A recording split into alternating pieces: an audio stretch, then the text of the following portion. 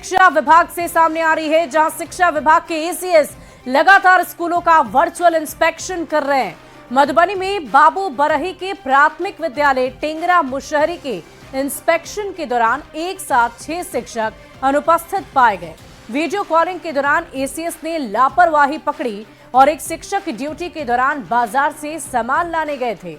Video call के दौरान ACS ने ये पाया कि स्कूल में ना तो पर्याप्त शिक्षक हैं और ना ही बेंच और डेस्क। बच्चे बोरे पर बैठकर पढ़ाई कर रहे थे।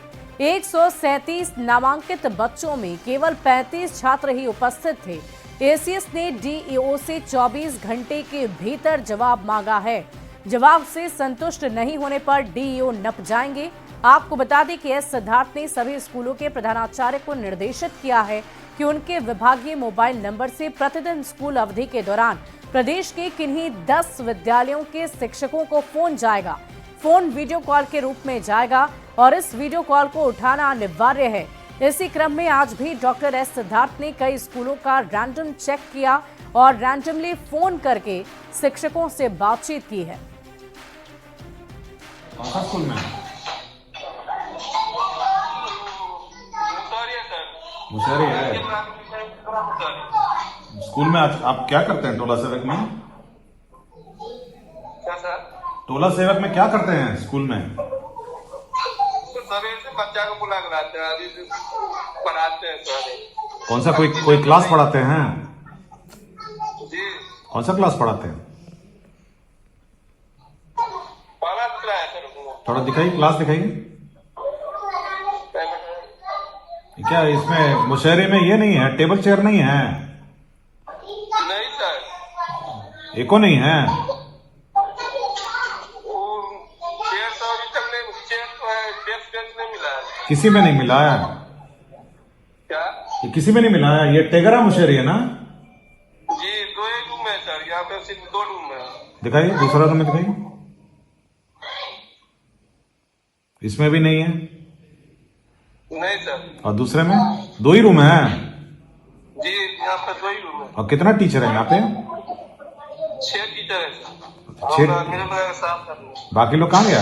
आप तो टोला सेवक है ना? सर हम इंस्पिरेशन में गया, मधुबनी गए, हम हेड सर है। और 6 टीचर में बस इतना ही है? 2 ही आदमी है। और 6 में 2 आदमी? आप तो टोला सेवक है ना?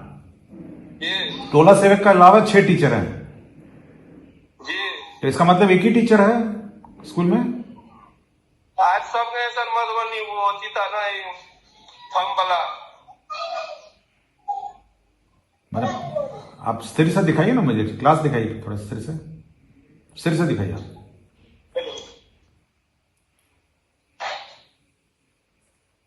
मतलब 6 टीचर में एक भी टीचर नहीं है?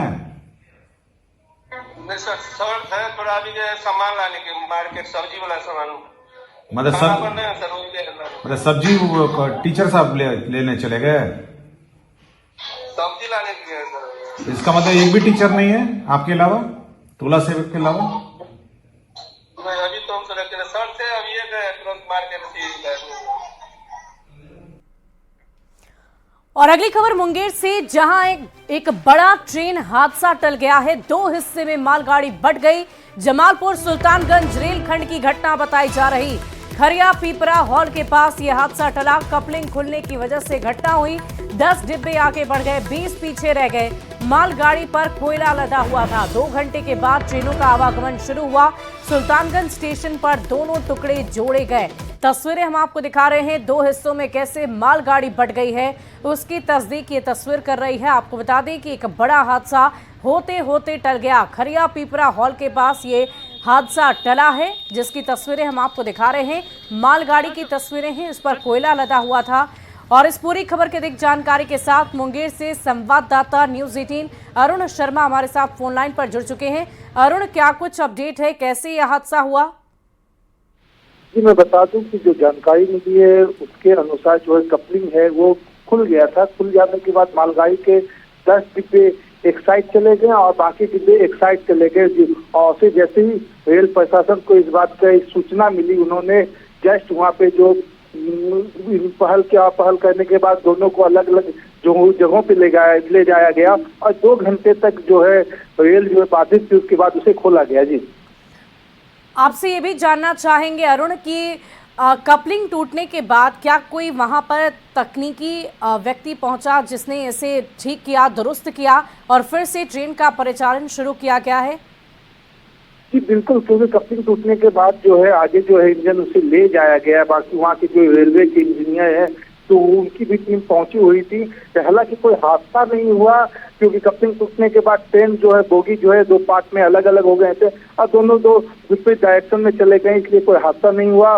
वहाँ पे जो फाटक थे, जो रोड क्रॉसिंग का फाटक था, उसे भी 2 घंटे के लिए बंद किया गया था कि ताकि कोई किसी तरह के हादसा ना हो सके। जी अरुण, हम आपसे ये भी जानना चाहेंगे कि जब कपलिंग की वजह से ट्रेन 2 हिस्सों में बंट गई, जाहिर सी बात है दूसरे ट्रेनों के परिचालन पर भी इसका असर पड़ा होगा, ट्रेनों को रोका गया होगा। क्या उन ट्रेनों के बारे में कोई जानकारी आपके पास? क्या इस ट्रैक से गुजरने वाली और ट्रेनों के परिचालन पर भी रोक लगा दी गई थी?